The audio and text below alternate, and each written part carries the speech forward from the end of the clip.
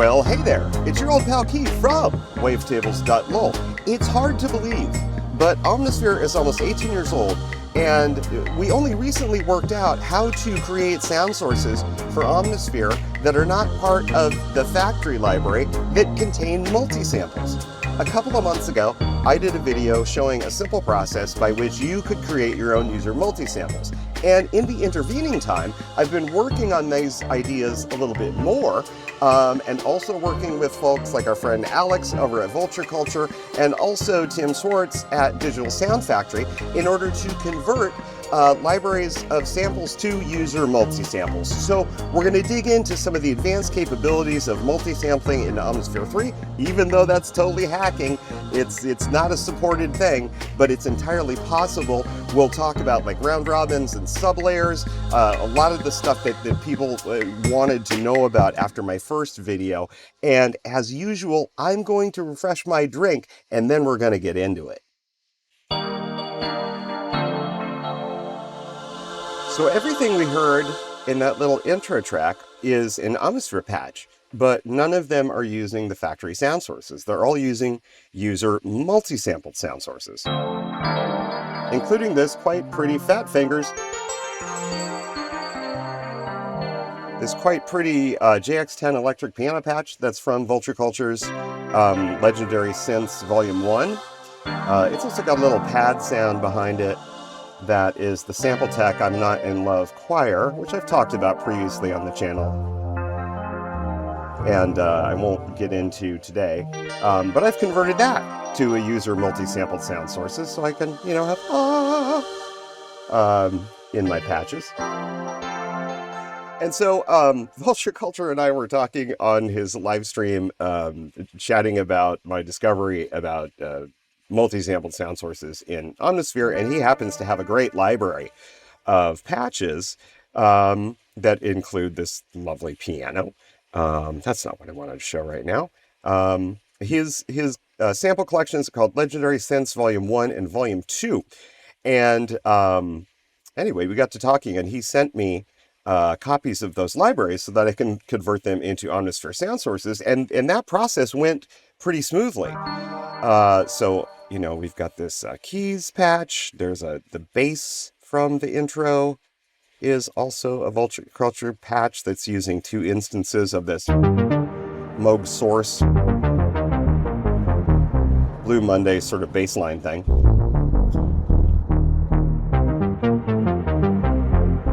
Sounds really lovely. And then the drums are also a multi-sampled Omnisphere sound source.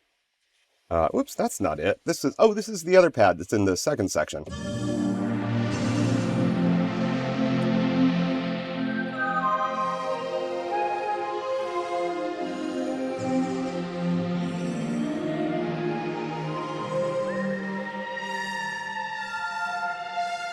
That's a lovely pad sound, right? It's, again, it's 2 Vulture Culture's sample sets. From the SY99. It's a Yamaha synthesizer. It's kind of a vector synthesis thing. It's really lovely. Let's see, where are the drums? Where did the drums go? Where did my drums go? It must be here. Oh yeah, this is just on a little, let's just solo this guy. It's this little step sequencer groove that is playing this Von Microkit Demo 1. Oh, I'm going to include this sound source as files that are attached in the description. So links in the description. There's always links in the description. And so this little guy is from my Varieties of Noise sample library. And you can hear that on different keys, there are different little hinky drum samples.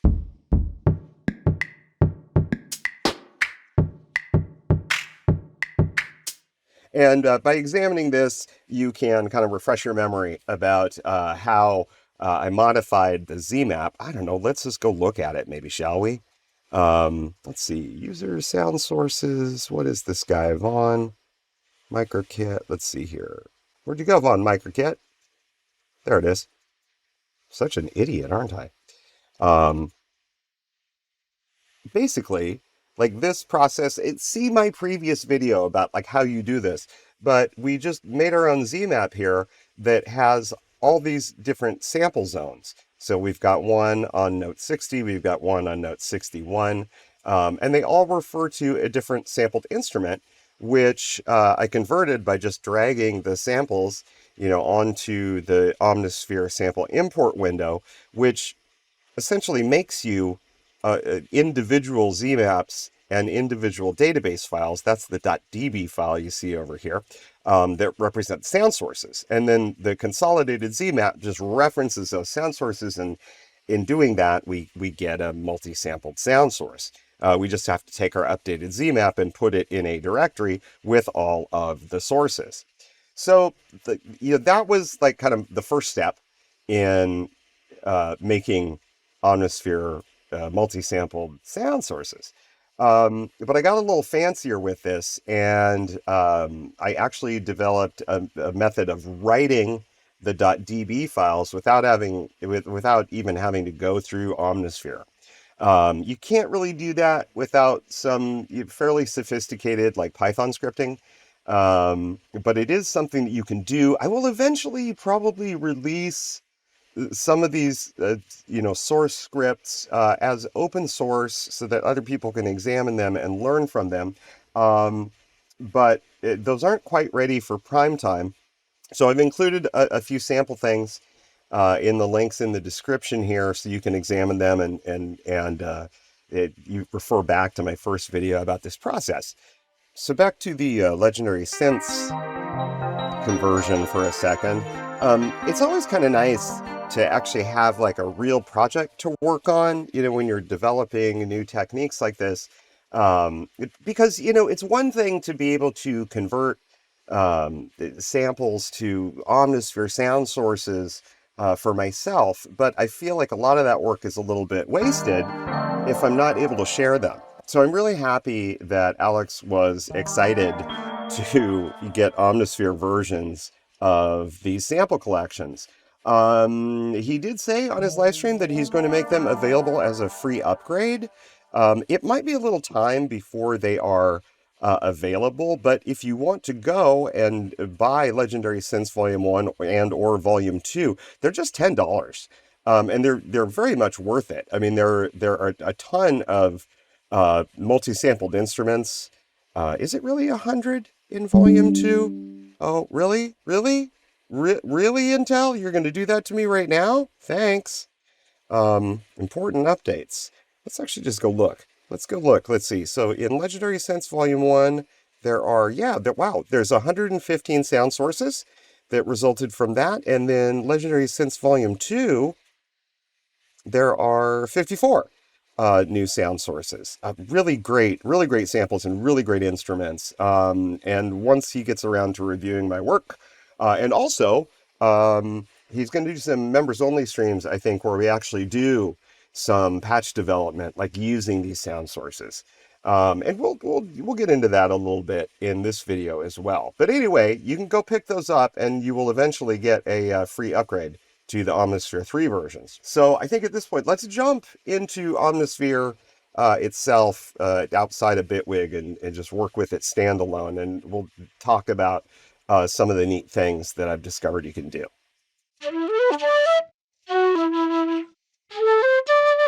Well, hey, like and subscribe for more talky synthesizer content. Even if you're not new here, make sure that you ring the bell so that you always get notified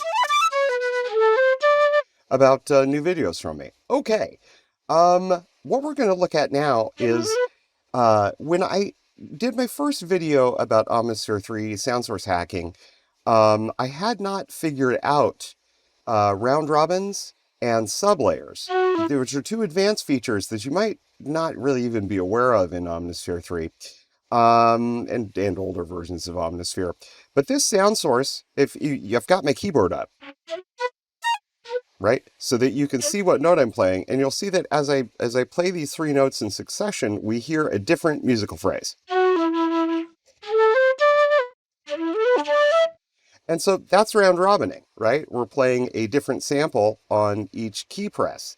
And this sound source will be linked in the description for you to examine. It also, in addition, whoops, I didn't want to click on that. in addition to having round robins, it has sublayers. So there's a flutes layer that we just heard. There's also a trumpet round robin layer. That's the second sample, and here's the third one.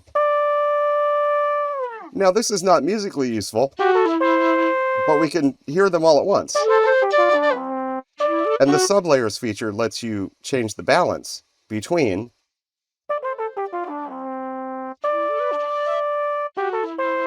the trumpets and the flutes layer. So this took quite a while to work out. Shall we dig into this? Are you interested in this kind of like deep stuff? I know that now to do this, you actually have to be able to create a .db file, which is a digital file that it holds not just the round robin information, but also the samples themselves. And that took a lot of work to get working. But you know, if you are if you're like a Python user, if you know how to run scripts like that, like let me know, because I'm always interested to know about like the technical depth of my audience, and would anyone benefit from this? Because otherwise, like I wouldn't spend the time to clean up the scripts and add them to a cleaned up GitHub repo and make them available. But if you're a soundboard developer or like an advanced like hacker in music technology stuff, let me know in the comments, or just comment about like my stupid face. I don't know, whatever. Anyway, we should probably take a little closer look at how this thing is organized. Let's see here. I'm going to go into my user sound sources directory. We'll talk about this in just a second.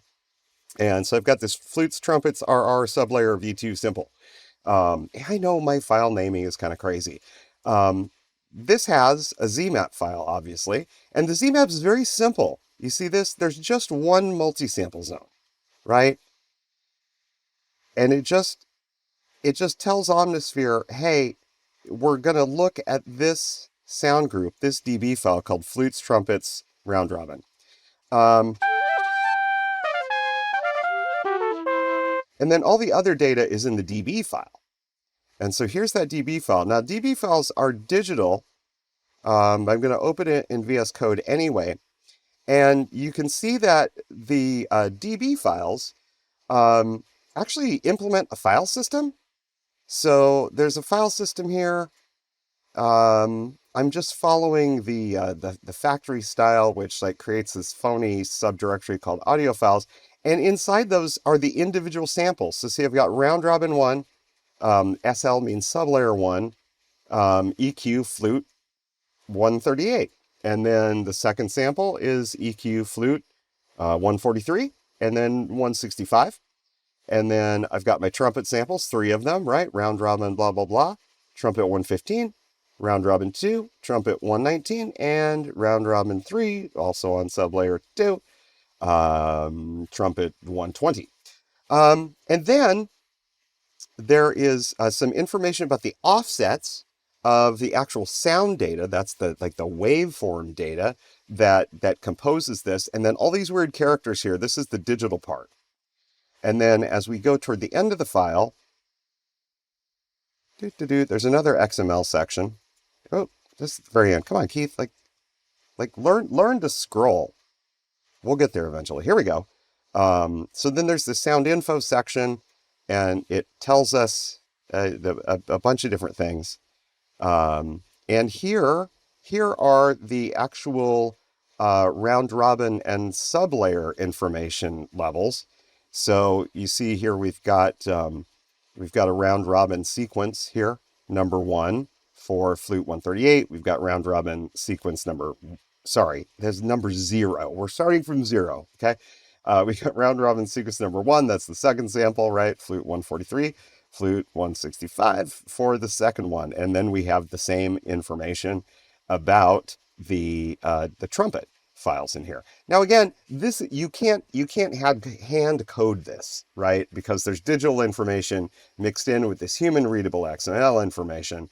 And so I just had to work out how that worked. But the cool thing is like now you've got a factory style DB file that has the XML data as well as the waveform data inside of the file. and it's doing round robins. And by exploring this, this also let me work out the, the whole sublayer thing, right? Which is really cool. And so I did put that to use. I guess I'm just going to leave that there for now because I can't really tell you how to do this. Let me know if you're interested in getting the actual scripts that would let you do this someday. I put this to use in the Legendary Synths collection that I did with our friend Alex over at Vulture Culture. Boy, I'm losing my words. It must be drink time. Let's see. Let's open some patches that I've been making from the Legendary Synth sound sources. What's a good one here? Oh, this is nice. Let's see. Will you load for me? Here we go.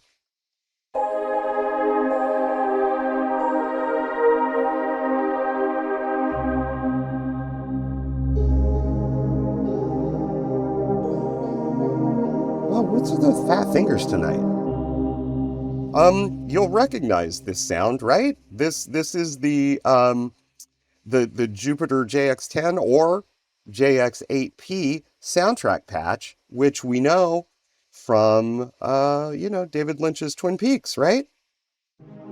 It's a classic sound.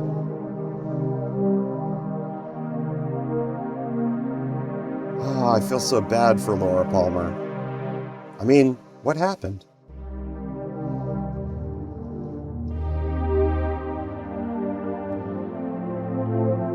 So this beautiful sound is the combination of two sound sources, actually. So if we drill into the layer A and the sound source I'm using, I was able to create a sound source that has both the JX-10 version of the soundtrack patch and also the JX-8P version of it. So let's listen to the JX-10.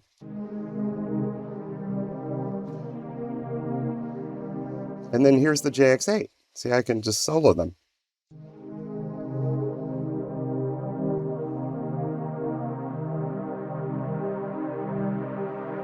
Is the JX-8 the one that was actually used in the Twin Peaks soundtrack? Maybe so. The JX-8 seems closer to that recording than the JX-10, but you'll find those patches in both of those instruments, and that lucky bastard Alex has owned both of those instruments.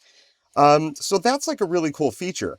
And so, I put that to work, in this patch. Let's reload it because I've just screwed it up. Let's just go back here. And so it's just really rich because we're using both of those slightly different sample sets. And I've put a vocal layer on it as well. Like that's not in the original Twin Peaks sound, but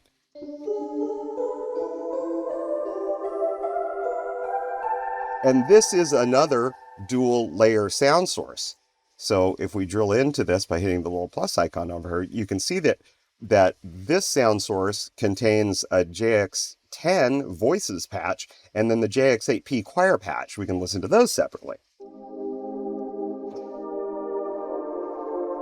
There's choir, and here's voices.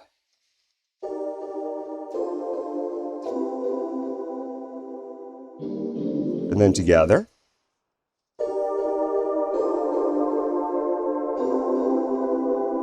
Really lovely and super rich, right? And then I'm doing other little Omnisphere programming tricks in here, right? I've got the unison feature on, and so we're just amping these up beyond what those analog keyboards could actually do by themselves. So that's really cool. Maybe we should look at another couple of examples that actually do not use, I don't think they do. They don't use those advanced sound sources that have sublayers. Actually, one thing I should mention is there is a trick to sublayers. So sublayers in Omnisphere 3 are mostly used for different mic positions. So there are instruments in Omnisphere 3, like the hand pan instrument. It has velocity sensitivity, it has round robins, and then it also uses the sublayer feature to let you mix between a close mic'd mono mic and then a stereo room mic. You might have never noticed that, but you go check that out. Should we go look at that? Here. before we look at some other patches, let's just do that real quick, because this is kind of a fun Omnisphere programming trick that you might want to know about. Okay, we'll take a sample oscillator, right? And we're going to go view all directories, and we're going to search for that. I think it's the hand pan. There's not a huge, no, oops, I want to search in all categories. Thank you, Omnisphere 3. Let's go find that. Is it hand? Let's see. Oh boy. Why does the hand show up the hand pan? I think it's called a hand pan. Let's just see. This is the part of the Talkie Synthesizer show where we just do stupid things. Oh, there's a hang drum. Let's see. Does this have sublayers? It might. Oh, it does.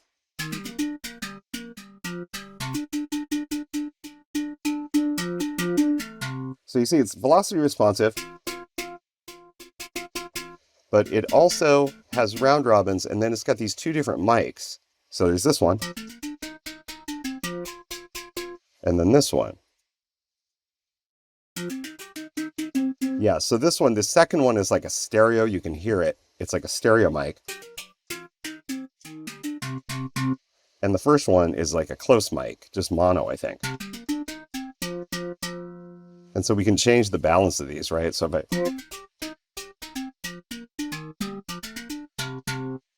So that's a cool feature, right? So that's what I'm talking about with the sublayer stuff.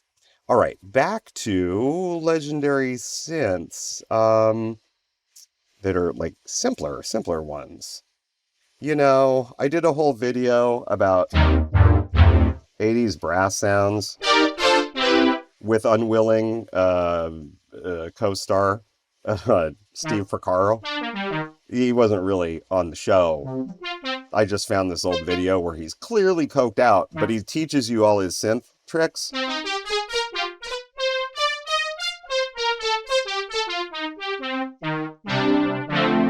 Because I do love sounds like this. So this is like a JX3P sound source from Legendary Synths. And then another variation on that here that I think has 2 layers. Yeah, we're using JX3P brass flavors. Oh, that is, I noticed that this one is a multi-sample, or sorry, a multi-sublayer sound source, because I haven't put the custom image there yet. And this one has 3 sublayers. So you've got like a polybrass, and then you've got a synth brass patch. Oh, come on. There we go.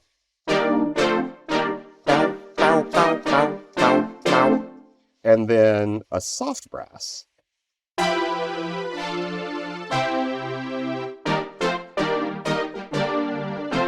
Cool. And then we can layer them all. Like, it's one layer, but that plays like 3 different multi-samples. And then by using some unison on that, we make it really huge. Let's turn off layer B. We'll just solo layer A. So this is this is like those 3 different brass patches playing at once, all on this one layer.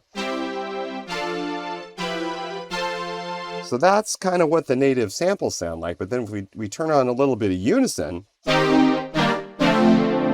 super analog-y. Like it's beyond what you could do with just a single analog synth. It's like a multi-tracked analog synth. And then here's that blip layer. Here's the blip layer that gives you the blip that you really need for that 80s brass sound. So then we put those back together.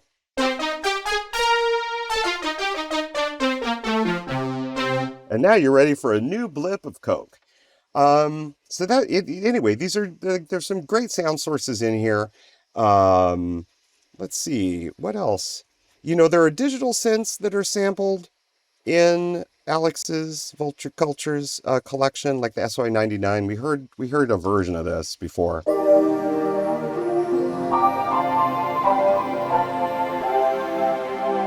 So that's a combination of, let's see, the JX-10 voices and Alpine bells. Oh, I didn't click the right button. This was supposed to be the Glacier. But these are like digital synth samples, right? One is the Wave Station, one is JX-10 Voices, and then there's another copy of JX-10 Voices. And I'm using some of the new effects in Omnisphere, like Noisemaker and the Unstable Drifter, to give this like a lot of motion and, you know, kind of a like a retro liminal lo-fi vibe. You know, people didn't really like sounds like this are from the 80s, but the whole kind of noise liminal space thing is actually a more recent development that kind of comes out of synthwave. And I have a lot of fun creating kind of noisy patches like this.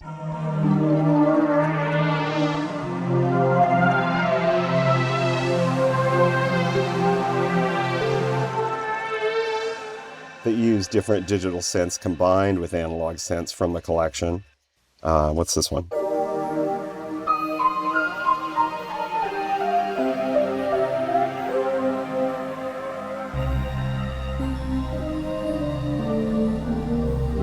Spoopy.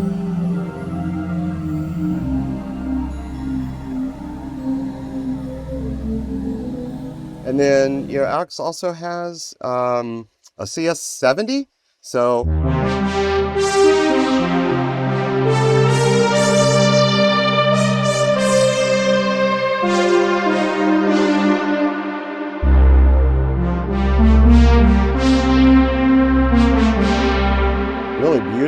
really beautiful brass sound that is kind of different from some of the other stuff. Let's see, there's also some kind of like vocal and fluty things.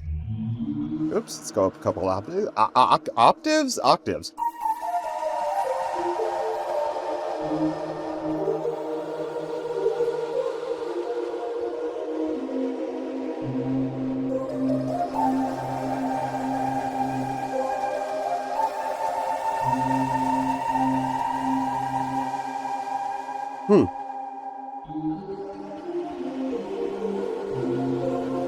So there's a lot of possibilities in these. Okay, that's a sneak peek at the Legendary Synths, little talk about sublayers and round robins. None of these Legendary Synths patches have round robins in them, and they're you know, they're more straightforward. But that sublayer feature is super cool. It lets you make like just some huge ass patches.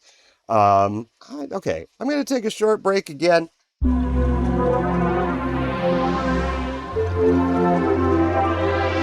And then we'll move on to talking about some vintage, now digital recordings that come from old E-mu ROMplers. And let's do like some ROMpler stuff, and I'll talk about what I've been working on with Digital Sound Factory, which is not a project that's not as far along, and is kind of like a digital archaeology project. You'll learn more in the next segment.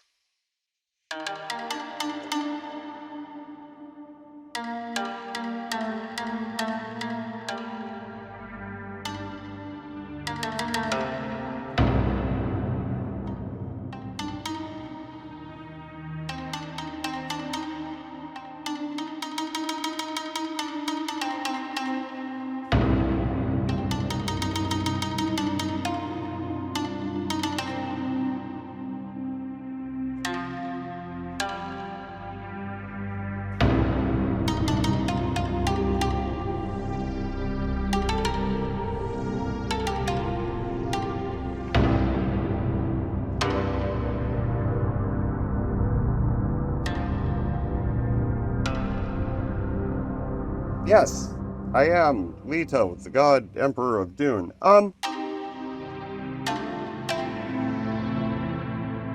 Most of the sounds that you're hearing in this patch are sourced from old E-mu ROMpler instruments, namely the Proteus 2000 or the MoFat, the Virtuoso, which is a really cool instrument, the Extreme Lead, Planet Earth, and I don't have the files for Vintage Pro, so none of these are Vintage Pro samples. And the story about this is I had gotten in touch with Tim Swartz from Digital Sound Factory. Tim's an interesting guy. He was a longtime employee of E-mu, who I guess started in service and support and then later became part of the sound team. And as through various corporate machinations, um, E-mu merged with Ensoniq and became part of Creative Labs. And Creative Labs had uh, purchased E-mu mostly, excuse me, it's drink time, had purchased E-mu mostly for some of its ASIC technology. They had really cool chips, you know, before processors got powerful enough to like do everything. There were custom sound chips, and E-mu was expert in developing those. And anyway, these modules are kind of legendary. They're from the late 90s, early 2000s. And the sounds inside of them, even though people had sampled from those hardware instruments, and some of those sounds had become available in software for things like the Emulator X and the E-mu E4, you know, the hardware samplers. With these acquisitions, there was a risk that these sounds would, you know, just be ditched, because that's not really what Creative bought E-mu for. And so Tim had the foresight to actually license these from whoever the corporate owner was that he made a deal with. And so he has all of the original sounds on a variety of, like, you know, old jazz drives and like tape backups and things like that, and diskettes. And has over the years re-released them in different formats.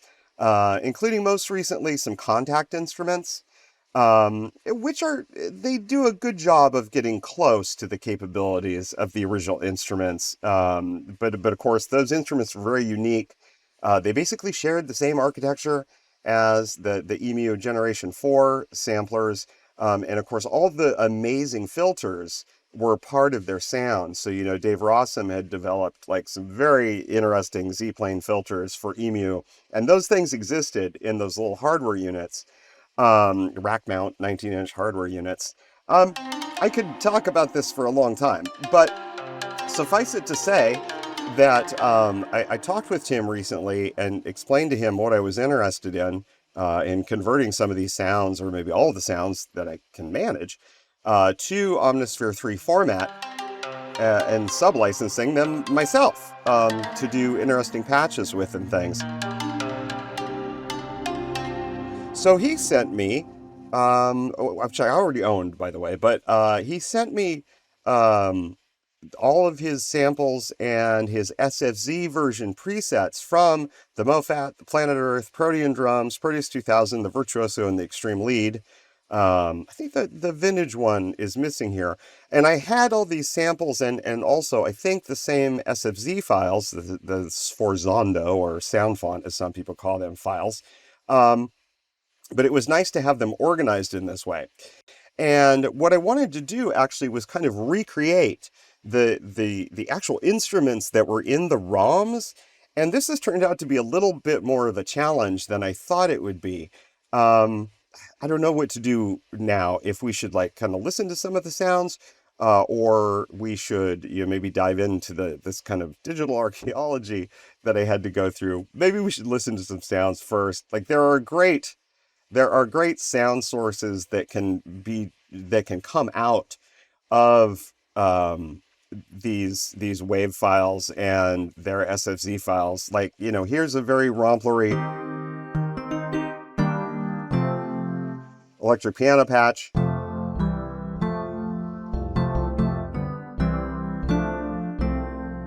So we don't have to just do the huge majestic things like we were hearing with the God Emperor of DUNE. I like the fact that there's a lot of ethnic instruments in these.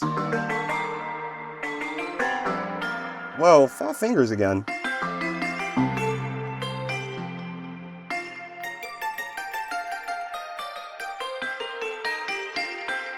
There's just a lot of charm to these retro samples.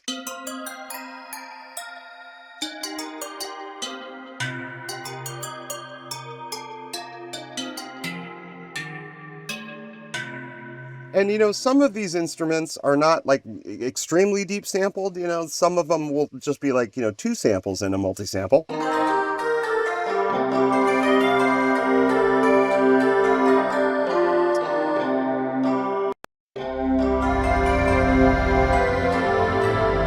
But you can do all sorts of, like just really interesting, like ethnic stuff that you don't find a whole ton of inside of Omnisphere, even though Omnisphere has a bajillion sound sources. There's there are some of the old Roland ROMpler sounds, because Spectrasonics has access to those, but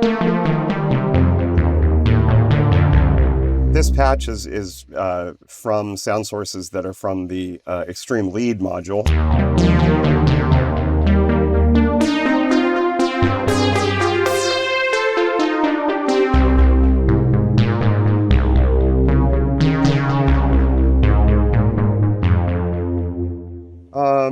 You know.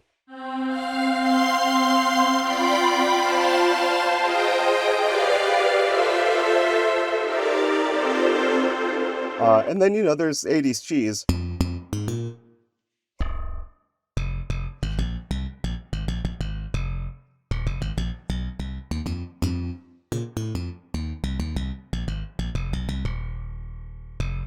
I mean, the slap bass samples, right?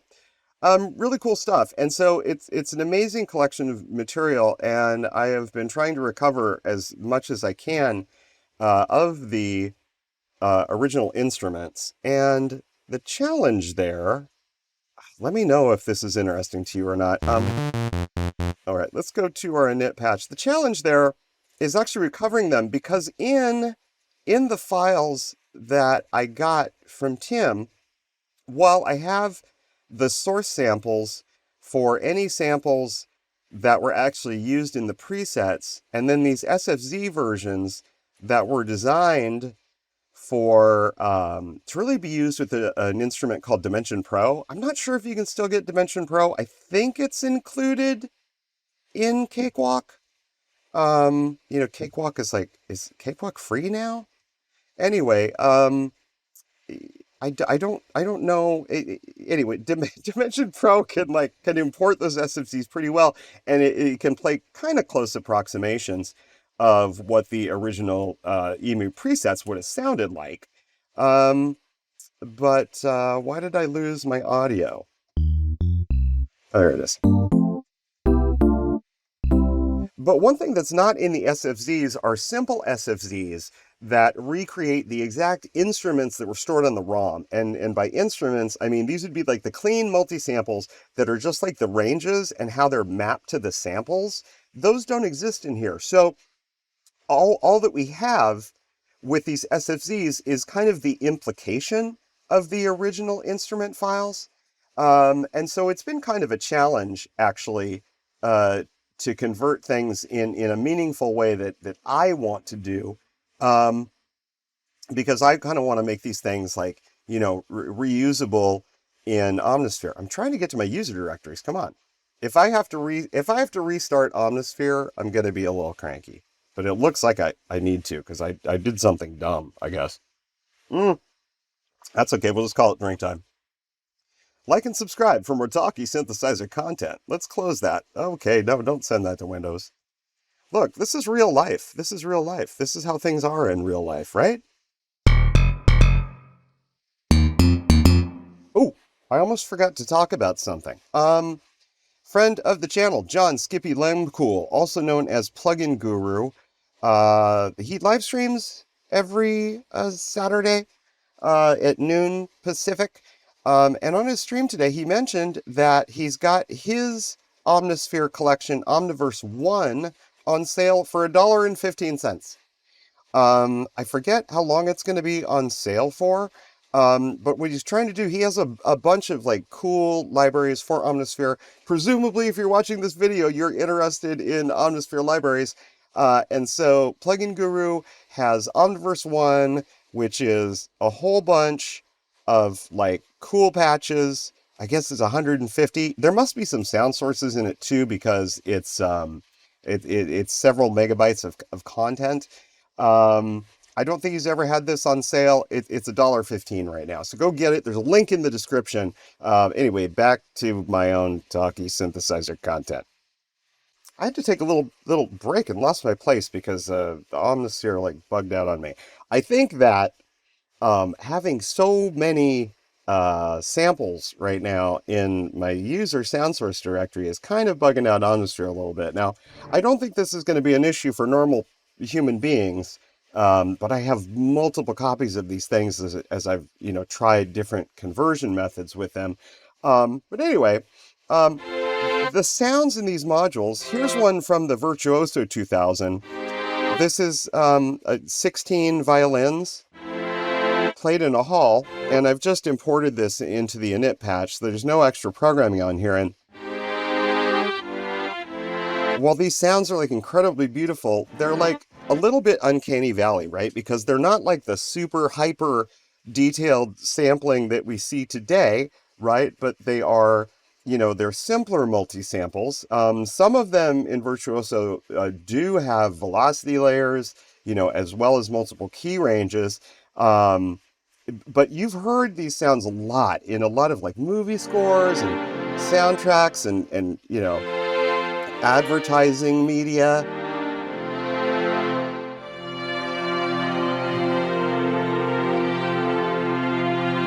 And we can make like really cool sounds out of them. So this is just those 16 violins with a little adjustment to the release on the amp envelope. Let's put it into a reverberant space, right? Get a little bit more. Let's see. Should we do some kind of chamber? Let's do like sparkling chamber, maybe?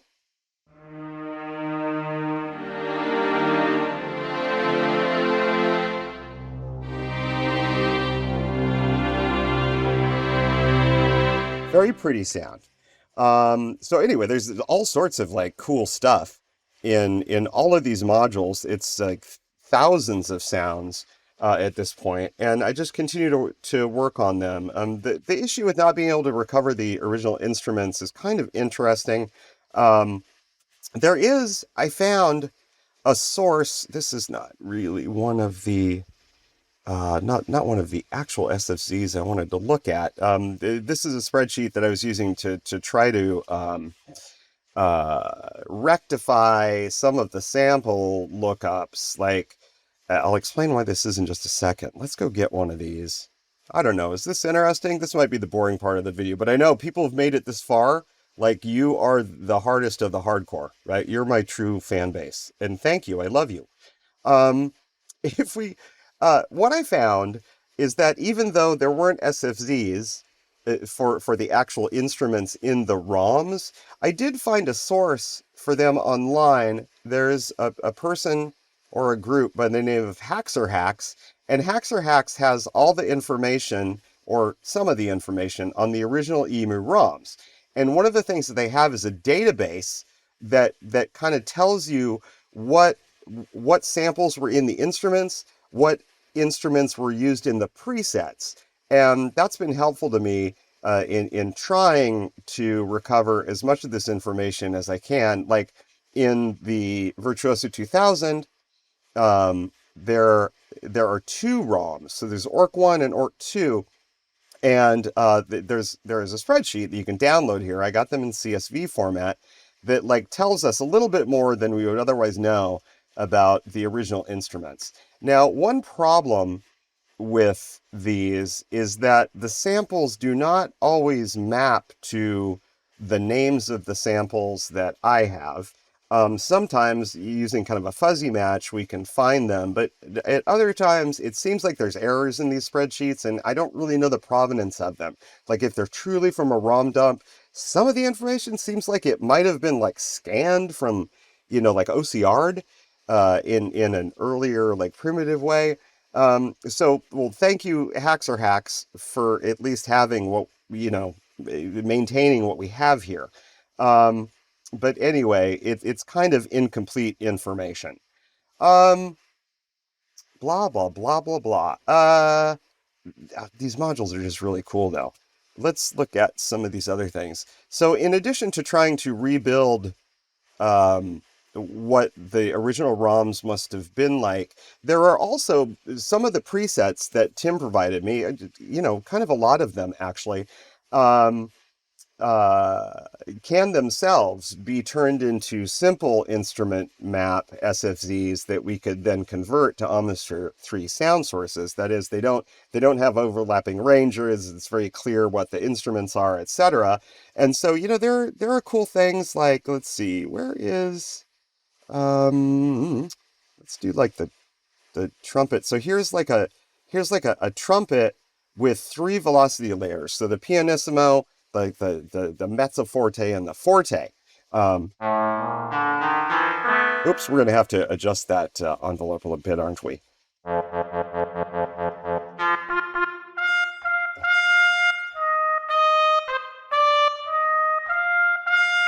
As I play with different velocities, you can hear.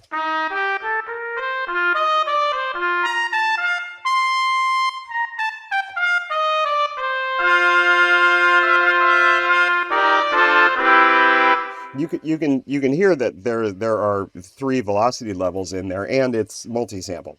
So this is just really great stuff. And so I'm continuing to work on this. I do have to talk with Tim about like what I've found here. I was really hoping that I could convert these modules purely into Omnisphere 3 sound sources, like without, in a very simple way, like just run one script and like it converts it, just like I had a script that worked perfectly for the Legendary Synth set from Vulture Culture. But I mean, we're making some progress here.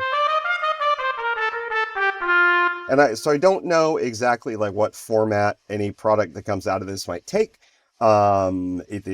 Potentially there could be a digital sound factory version of this stuff.